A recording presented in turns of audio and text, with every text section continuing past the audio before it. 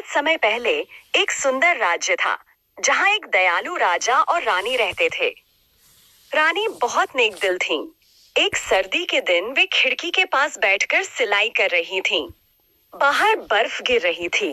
तभी उनकी उंगली में सुई चुभ गई और खून की 3 बूंदें बर्फ पर गिर पड़ीं।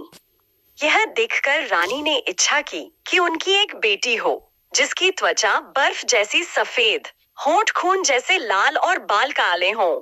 कुछ समय बाद स्नो वाइट का जन्म हुआ, लेकिन कुछ वर्षों बाद रानी की मृत्यु हो गई। राजा ने दूसरी शादी की। नई रानी बहुत सुंदर थी, लेकिन उसका स्वभाव घमंडी और ईर्ष्यालु था। उसके पास एक जादुई शीशा था जिससे वह रोज पूछती थी कि इस राज्य में सबसे सुंदर कौन है। शुरू में शीशा उसी का नाम लेता था, लेकिन जब स्नो वाइट बड़ी हुई तो शीशे ने सच बताया कि स्नो वाइट सबसे सुंदर है। यह सुनकर रानी क्रोधित हो गई और स्नो वाइट को मारने की योजना बनाने लगी।